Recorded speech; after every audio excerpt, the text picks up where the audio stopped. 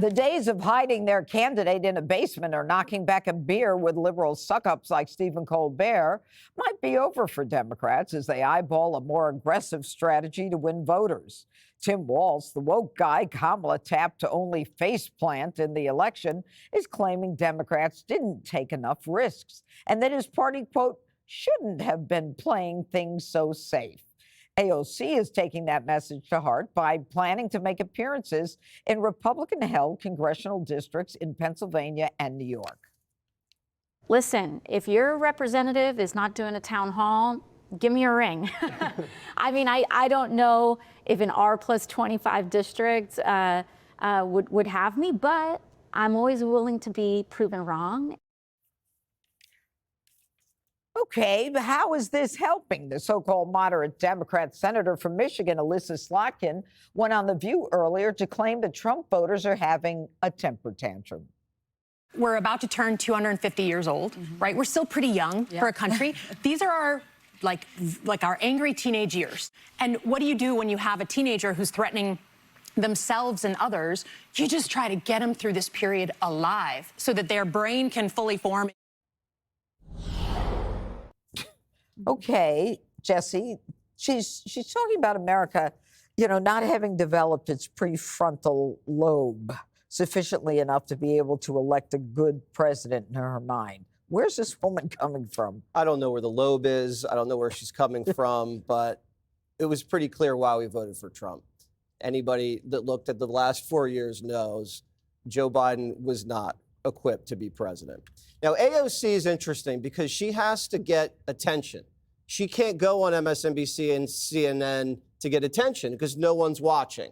So she has to try to break into where the audience is, which is here or anywhere on the right. But I don't really have a lot of high expectations because I saw her not do so well with NPR. That seemed challenging, although she does have potential.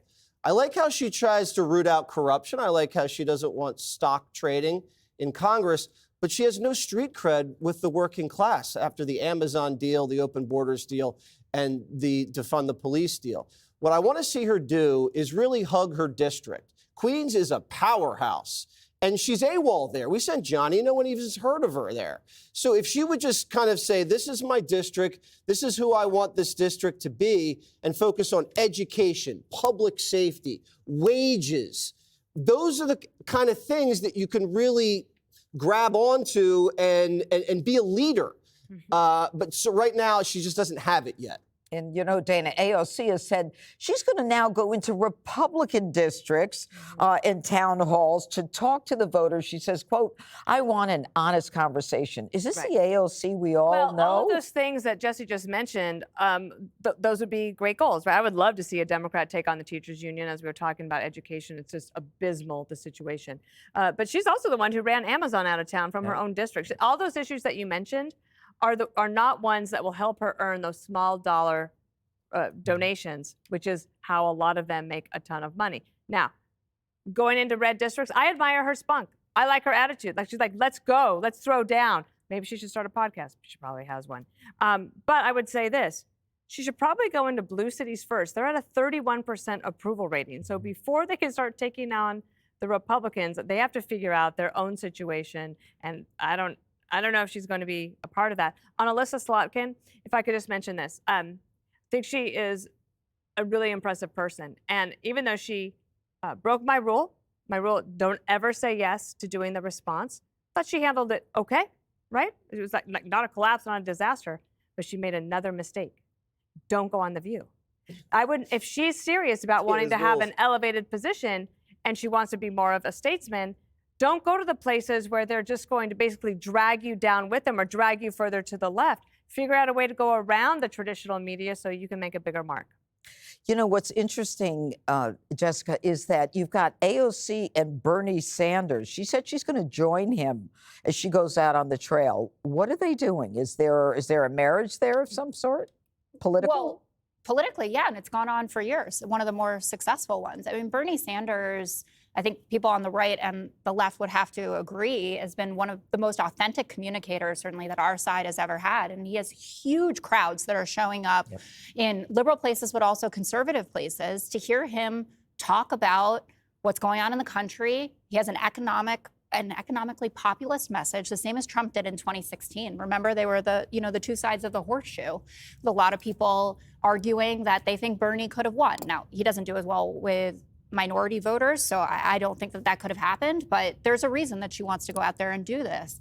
And as Democrats search for people to be leaders of the party and also a cohesive message, Bernie has the most authentic one that's out there. And I applaud AOC for doing it. And I would just add to Dana's point about The View, what she could do is show up in those places and give the answer that maybe they won't like, right? And just say, actually, this is the way you do it. This is how I won my super competitive race in Michigan, right? Where I got Republican voters and right-leaning independents to vote for me. So there's But then she'd have to lie. No, it's not lying. You Yeah, heard her it's response. like, oh, if only she just acts this way. No, that's what a Democrat does. no. I was But just it's gonna ask true. you what you saw her think. response. Well, here's the deal. You guys missed the point. Oh. Why is AOC wanting to going into Republican-rich areas? She's looking for a real man. Let's be honest. She's tired of dating a beta cuck.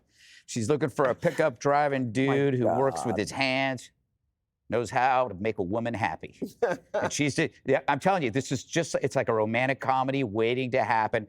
I also am, curious how you can have this fabled, honest conversation liberals always talk about when each conversation is terminated with those load-bearing phrases like racism, xenophobia, transphobia, sexist. How can you have a conversation? Let's say you go to a Republican area and you talk about their resistance to trans in sports. Where does that conversation lead? Do you immediately say what you always say? That's transphobic? Because that's not where the conversation ends. That's where it starts. It's not transphobic. It's common sense.